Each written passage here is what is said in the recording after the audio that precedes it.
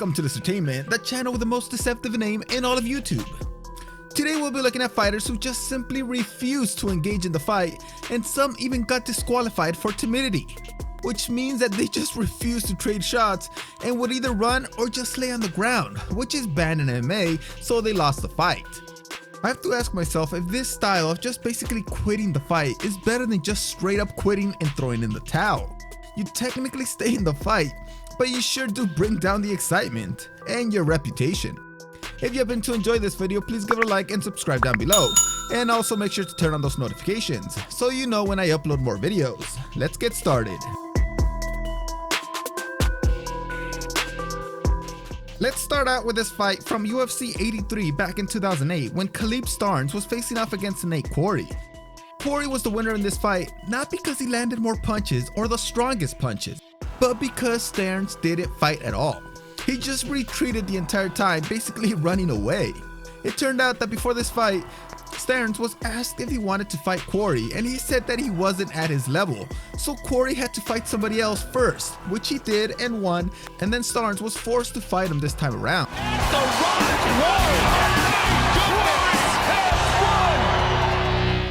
After that snub, Quarry said that he wanted to end Stars' career, and he did do it, but not in the way he intended by putting a beating on him, but because the UFC was ashamed by Stars' lack of action in this fight and they released him, and he never fought in the octagon again. Stars only threw 53 strikes in this fight and only landed 12. The funniest part was at the end, when Quarry mocked Stars by doing his patented move, the rock hammer, and instead of Stars taking advantage of him being unprotected, he just kept running away. The judges scored this fight 30-27, 30-26, and 30-24, with that last judge calling each round 10-8 due to the timidity.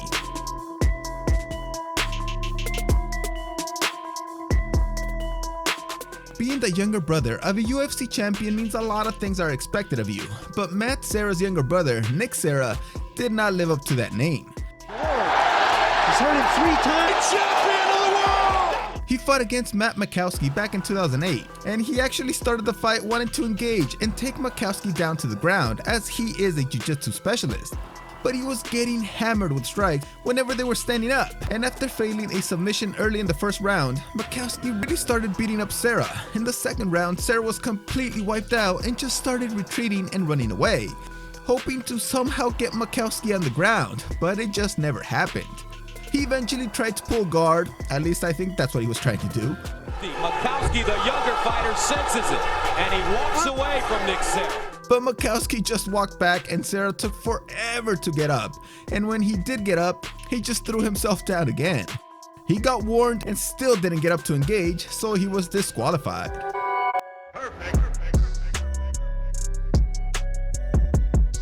This was a pretty highly anticipated fight between Manny Pacquiao and Shane Mosley back in 2011.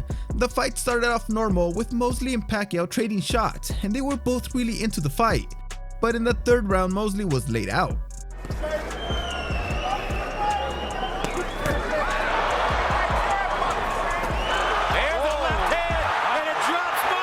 This changed everything. I guess Mosley was really surprised by Pacquiao's speed and power that he just stopped fighting. He just started retreating and running, trying to avoid any sort of engagement. At one point in the later rounds, Mosley begged his trainer to stop the fight, but he refused, saying that Mosley was a different type of fighter and he could get through this.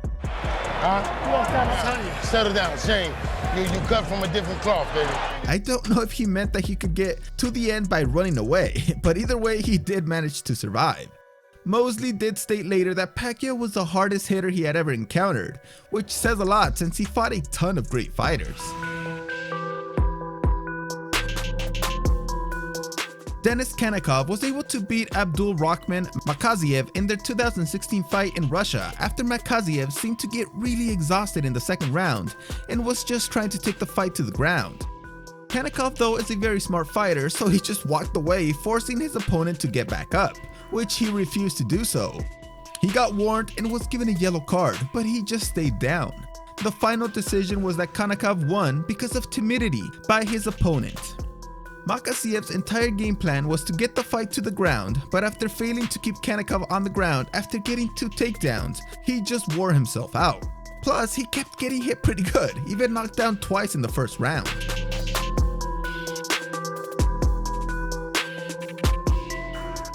Clay Guida and Gray Maynard had one of the lamest fights ever. Guida decided to fight on the outside since Maynard is a pretty hard-hitting fighter, but he took this a little too far and basically just ran away for most of the fight. He did it so much that he got warned by the ref, Maragliata, for his timidity. What made this fight even worse was that it was scheduled for 5 rounds, and everybody had to see this joke of a fight for 25 minutes. In those 25 minutes, they combined for a total of 101 landed strikes.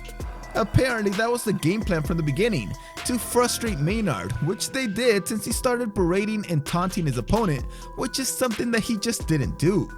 Maynard even dropped his hands and allowed Guida to hit him cleanly, but instead of doing that, Guida threw a couple of shots but then went for the takedown. In the end, Maynard was the winner via a decision.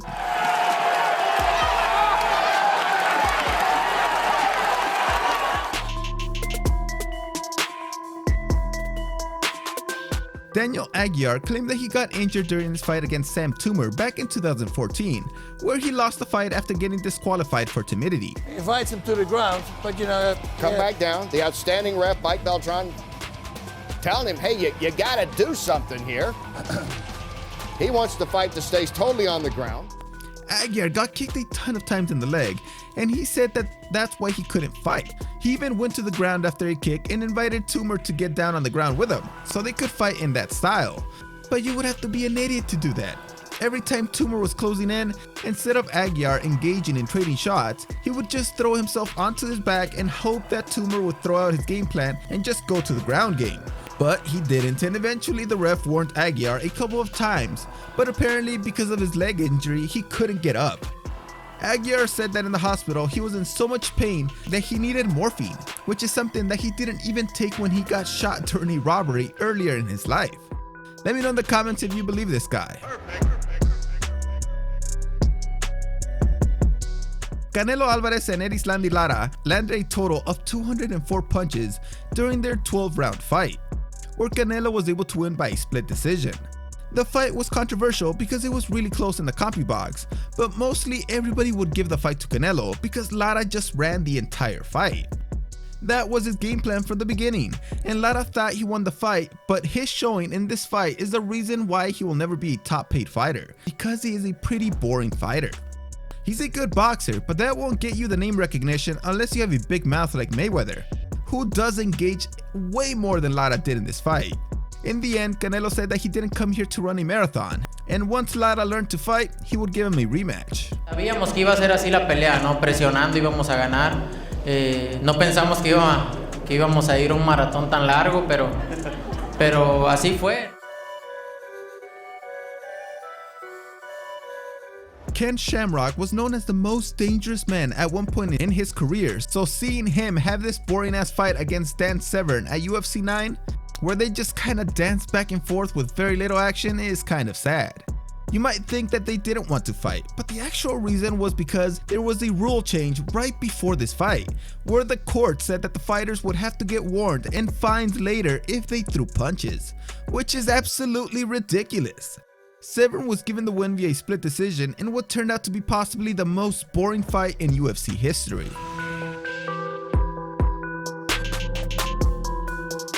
This was the fight between Robert Bernayka, who was a bodybuilder, and David Ozdoba, who was making his MMA debut. I'm not criticizing Ozdoba here because this is the way you have to fight a guy that is much bigger than you. But you had to trade a little more than this. The size difference is enormous, and if Bernayka was able to get a hold of Ozdoba, the fight might be over. Also, every time this guy swings his arms, he almost throws Ozdoba to the ground, even if the punch doesn't land. In the end, Ozdoba was warned since he just kept running away, and eventually got disqualified for timidity.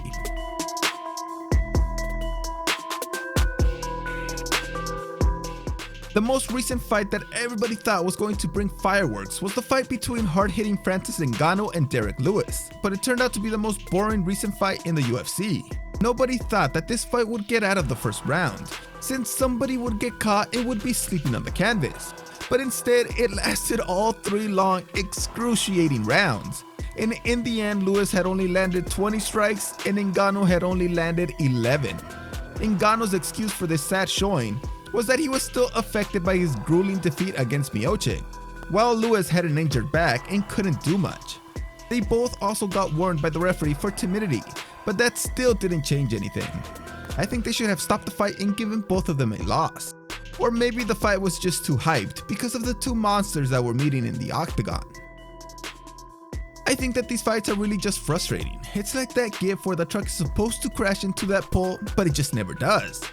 You just never get the satisfaction of seeing two people hit each other. It's all anticipation and the beat never drops. Thanks for watching this video. See you next time.